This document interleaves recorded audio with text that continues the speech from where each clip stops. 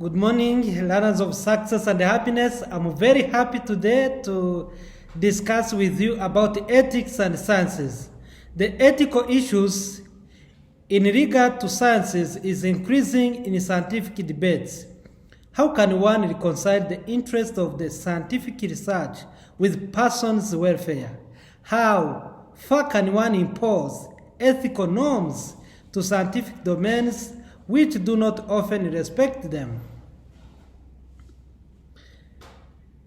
Let's start by bioethics. Let us consider some cases.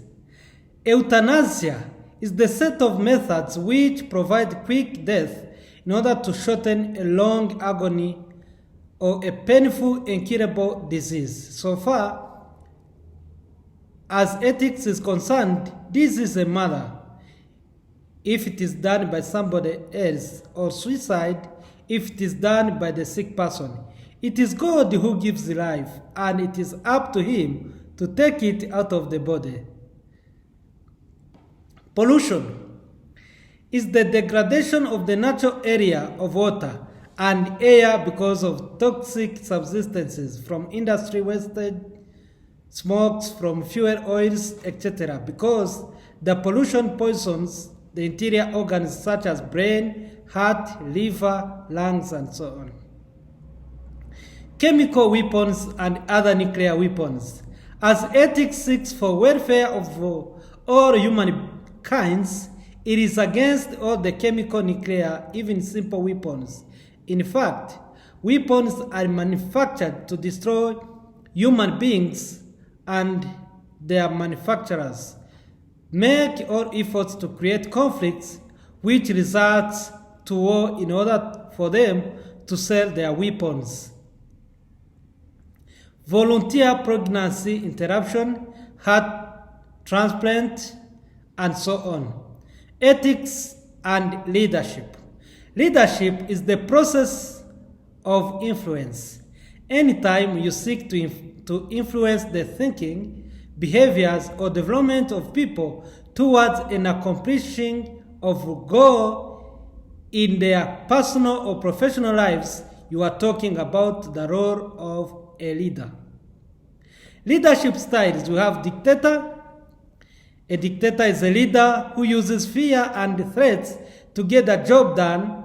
This type of leader also makes all the decisions alone. Autocratic. Under the autocratic leadership styles, all decision-making powers are centralized in the leader. They do not entertain any suggestions or initiative from subordinates. Participative leadership. The democratic leadership style favors decision-making by the group as shown, such as leader gives instruction after consulting the group. The decisions of democratic leader are not unilateral, as with the autocratic, because they arise from consultation with the group members. Leading by example. Morality is a living phenomenon which, with each person, moral conscience is always confronted to choice issues such as good or bad. Morality is what we do and what we say. In fact, our actions show our beliefs, our intentions, and our words. Developing ethical leadership. The 4V model of ethical leadership is a framework that aligns the internal motivation, beliefs, and values with external behaviors and actions for the purpose of advancing the common good. The ultimate purpose of leadership is to shape a future that is visionary, inclusive, and enables all members of society to fulfill their needs, dreams, and potentials. Values. Ethical leadership begins with an understanding of a commitment to our individual values by first discovering the values of our identities. We begin the process of integrating our unique values with our choice-making on all levels of our personal and civic lives. Vision. The vision is the ability to frame our actions, particularly in service to others, within a real picture of what ought to be. Voice. Claiming our voice is the process of articulating our vision to others in an authentic and convincing way that animates and motivates them to action. Virtue. It's understanding that we become what we practice. We develop virtue by practicing virtuous behavior, striving to do what is right and good. In this way, we develop the character of virtue. In particular, virtue stands for the common good. Ethical leaders ask, how are my values, my vision, and my voice in keeping with the common good? Let's see the 5 principles of ethical leadership. Ethical leaders respect others. Ethical leaders, managers, cadres respect others. This means that the leader listens closely to his or her subordinates, is empathetic, and is tolerant of opposing points of view. It means treating subordinates in a ways that confirm their beliefs, attitudes, and values. When a leader exhibits respect to subordinates, they can feel competent about their work. In short, leaders who show respect, in fact, treat others as worth human beings. Ethical leaders, managers, and cadres serve others. Leaders who serve are altruistic. They place their followers' welfare foremost in their plans. In the workplace, altruistic service behaviors can be observed in activities such as mentoring, empowerment behaviors, team building, and citizenship behaviors, to name a few. Ethical leaders, ethical managers, and ethical cadres are just. They are concerned about issues of fairness and justice. They make it a top priority to treat all of their subordinates in an equal manner. Justice demands that the leaders place issues of fairness at the center of their decision making. Ethical leaders, ethical managers, and ethical cadres are honest. These leaders tell the truth. They never lie. They are open with others. Ethical leaders, managers, and cadres build a community. They take into account the purposes of everyone involved in the group and are attentive to the interest of the community. Servant leaders versus self-serving leaders. Let's see the difference between servant leaders and self-serving leaders.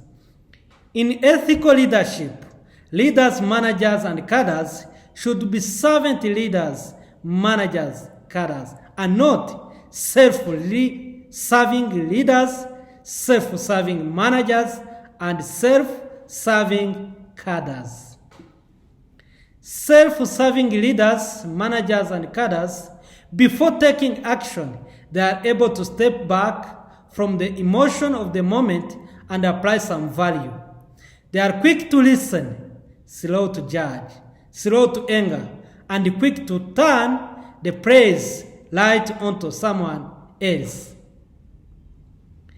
The question asked by servant leaders, how well am I doing in preparing others to take my place when time comes? This is the main question asked by the self-serving leader. How well am I doing in preparing others to take my place when time comes? Preparing successors. Do I consider them a threat or an investment in the future? Am I willing to share what I know and provide opportunities to learn and grow those who will come after me? The success without successors is a failure. It's the good leaders prepare successors. Success, self-serving leaders, managers, and cadres, they look for their own interest. So sad. Self-serving leaders, self-serving managers, self-serving cadres look for their own interest. They spend most of their time protecting or promoting the things in which they have invested their self-worth and security, such as their public image, their reputation. Ethics and history. History is a human science with anti-values and truth, willing falsifications, lies. This is the result of negative ideology of people who look for ways to justify the acquisition of wealth and people's interest. Let me give you some cases. For instance, the case of slave trading treaty. We all know how was the movement from Africa to America, from America to Europe, then to Africa. The truth concerning this shameful trade of blacks during 3 centuries, from 16th to 18th centuries, is that it was practiced mostly by white people. The source of modern science is another example. The history of all the modern sciences show that it were Greek scientists, Socrates, Aristotle, Plato, Archimedes, Pythagoras, who were the source to modern sciences. This is serious history falsification, whose objective was to show the white race supremacy. In fact, the works of the great African scientist Cheikh Anta Diop and his team have proved that the so-called Greeks were students in ancient Egypt, where only black people lived. Their teachers were black priests, educators. You can see this in the work entitled Antériorité des civilisations noires by Cheikh Anta Diop. The case of Hamite, Nilotic myth, and Bantu myth. These 2 myths are the result of ethnic ideology created by the colonizer in the Great Lakes region. It has developed and been transformed into genocide ideology with consequences like wars, massacres, and genocide in that region, Great Lakes region. The colonizers' objective was to divide and rule. The historical falsification consists of statements that group Rwandan people living on their natal land since millennia is presented as foreigner. There are Tutsi whom several names have been given: Hamite, Hima, Nilotic, Kushite, Hamites, and so on. According to scientific research, archaeological excavations carried out in Rwanda and Burundi prove that the region is inhabited since at least the 7th century before Christ. The population that lived in this region on its subsistence to products of their 3 professions: cattle raising, agriculture, and ceramics. Another group of the population, notably Hutu, are represented as natives belonging to Bantu people, docile people, innocent, less intelligent, hard workers, submissive, etc. These 2 myths are well arranged at political level, in the administration, in schools, in churches in order to emphasize this ethnicity ideology, which has ended by anti-values such as ethnic hatred, intolerance, exclusion, violence, massacres, and finally generalized genocide against Tutsi in 1994, genocide. Brief, the truth is that Tutsi, Hutu, and Twa are all Rwandans. They share the same values, the same culture, the same belief, everything. They are all the same.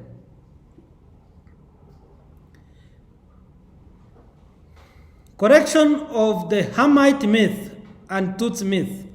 Tutsi are one of the components of the Rwandan people since ages.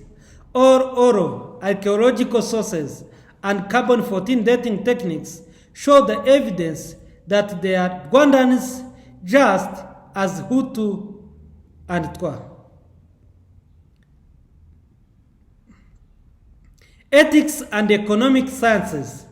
Economic sciences are not excluded from the subject ideology that is notably the capitalistic ideology. This ideology is based on maximization of profit by capitalists in disadvantages of workers and peasant class.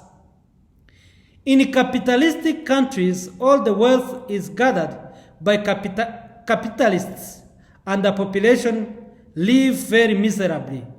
As it is shameful to show such reality, the scientific people fighting for that ideology calculate GDP, gross domestic product, taking all the riches of the country and divide them by the number of population. This hides the truth about and makes believe that GDP is equally shared among the population. To prove that the share is equal, they use statistics with diagrams, graphs, and charts. Nowadays, in several countries with a capitalistic tendency, government has created laws for redistribution of riches. This is executed through taxes imposed to companies and business houses. These taxes are devoted to the public treasury in order to increase the life of low-class population, free education, free health care, common transport, and allowance to jobless people. This is the liberal system that combines the advantages of capitalists and social systems. Ethics and entrepreneurship. Entrepreneurship is the most powerful economic force known to mankind. It is the backbone of the economic development. The word entrepreneurship is used to mean different things. To some, it suggests the starting of any business. To others, the development of a new and novel idea. Whether that development takes place in the context of startup or an existing business. Entrepreneurship is first and foremost a mindset. It is the art of finding creative, profitable solutions to problems.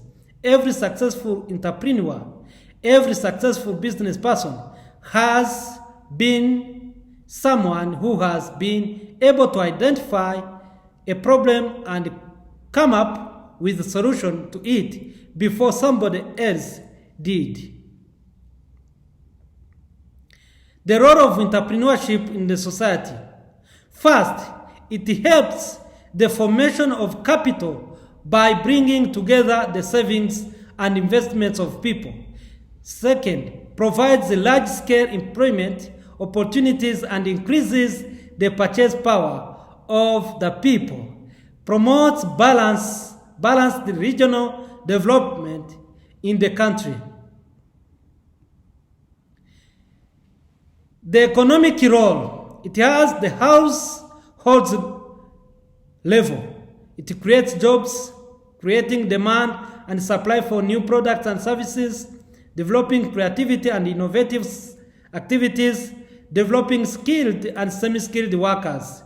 That is the economic role of entrepreneurship at the household level. Then at national level, entrepreneurship helps the government to increase the economic growth, to reduce unemployment by creating lots of jobs, extend distribution channels for products and services, expand national market by diverse sectors of activities. Social role. Here we have households level to improve health, increase education, increase family peace and tranquility. At national level, creating informed society, creating social cohesion, creating enterprise culture, and improving security. People are busy with creative activities. Characteristics of entrepreneur. First, entrepreneurs are action-oriented, highly motivated individuals who take risks to achieve goals. Entrepreneurs will have strong determination and commitment. They are creative and result-oriented. They work hard in return for personal and functional rewards. Entrepreneurs accept responsibilities with enthusiasm and endurance. Entrepreneurs have self-confidence. They are dedicated, setting self-determined goals and markets for their ideas, responding to existing market. Entrepreneurs are both thinkers and doers, planners and workers. Entrepreneur can force the future, a salesman planning of products, a financial talent for manipulating funds, as an auditor's precision, etc. Entrepreneur depends on the intelligence, imagination, and strength of purpose of the individual. Qualities of entrepreneur. Essential qualities of entrepreneurs are as follows: success and achievement, risk bearer, opportunity explorer, perseverance, feedback, independence, flexibility, facing uncertainty, planner, self-confidence, motivator, stress taker, and so on. What are the problems faced by entrepreneurs? A business enterprise comes into existence due to the pioneering efforts of entrepreneurs. However, there are several issues and problems faced by entrepreneurs while giving shape to their idea. These are the follows: selection of the business, choice of form of business enterprise, financing, location, size of the unit, suitable manpower, and so on. Let's now see the customer care. Customer care is a very important component of a successful entrepreneurship. It has become a goal not to just satisfy the customers, but also to delight them by going beyond their expectations. Customer care is very important in building a good relationship between business enterprise and their customers. For any enterprise, the contact it has with the customers is a very important opportunity to give details of how good is their service, products, their offer to the public. Follow the 6 steps to effective customer relations. Greet the customer with enthusiasm and a big smile. Develop a rapport with the customer. Determine the customer's needs and make them explicit. Fill the customer's needs with your product and service. Ensure customer satisfaction with your products or service. Thank the customer and invite him back. Apply these 4 C's. First, smart, smile, speak, serve. Customers' needs, wants, and expectations. In order to satisfy customers, you have to first identify customers' needs, wants, and expectations. customers have the following needs: to be listened and understood, to feel appreciated, to feel special, and to be comfortable. Customers expect or want service products providers to have a positive attitude and outlook. Listen first and talk second. Be flexible and do what it takes to meet reasonable expectations. Provide support whether they are right or wrong. Realize that the customer views everything and everyone as the part of the organization. The effective customer relations. We have different rules. The rule number one is never overlook or underestimate the importance of effective customer relations. The customer is always right. Always be positive and enthusiastic. Communication with customer must be open, honest, and timely. A customer is satisfied when his or her need has been filled or his problem solved in courtesy and timely fashion. A customer is loyal when every time he has received consistent, prompt, and courtesy service and products. Whenever possible, follow the 6 steps to effective customer relations. Greet the customer with enthusiasm and a big smile. Develop a rapport with the customer. Determine the customer's needs and make that need explicit. Fill the customer's need with your product or service. Ensure customer satisfaction with your product and company. Thank the customer for his business and invite run back. 10 commandments of customer relations. The customer is the king and queen, the most important person in any business. Treat them as such. The customer is not dependent on us, we are dependent on them. The customer is not an interruption to our work, but the reason for it. The customer does us a favor when they call. We are not doing them a favor. The customer is not there to argue with, but to accommodate. The customer presents his or her need. It is our duty to meet that need. The customer is deserving of our most attentive treatment we can give to give it. So give it. The customer is a part of our business, not an outsider. The customer is the person who pays our salary, so value her relations. The customer is the lifeblood of any organization. Without them, there is no business. Ethics and law. Ethics is in relationship with the law. Some laws are right, others are wrong. Some are good morally speaking, others are bad. These types of evaluations are very current and are moral evaluation of the laws. One can morally agree or disagree with laws. It follows that our legal freedom is different from our moral freedom. In fact, legally we may be free to do something, but morally speaking, we may not feel like doing it. This may be case of soldier who is required to execute a prisoner or a capital punishment who is, according to him, innocent. Ethics and education. The word education involves moral values. In fact, to educate is to help someone reach his or her full moral, social, scientific, intellectual, physical, and professional development. Moral education must be a foundation of everybody, each family, each community, each society, and each nation. Without education, man becomes inhuman and savage.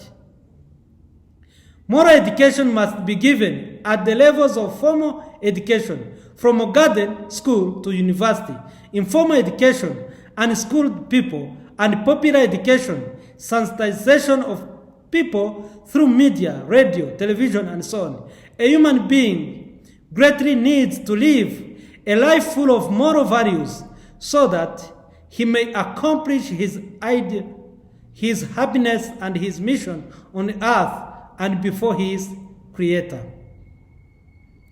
Ethics and sexuality.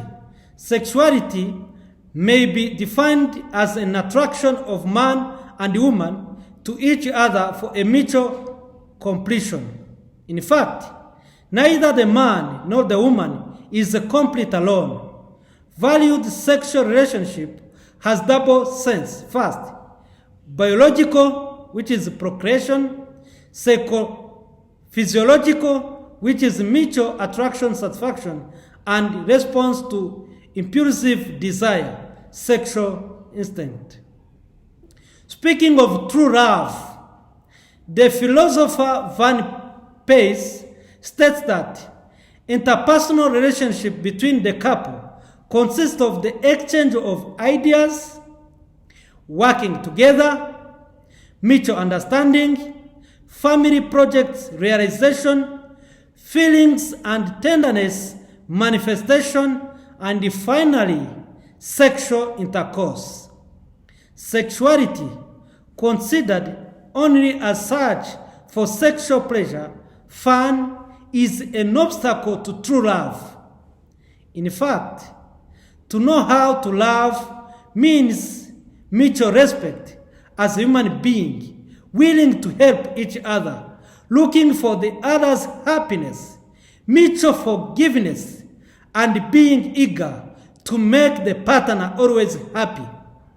Always happy.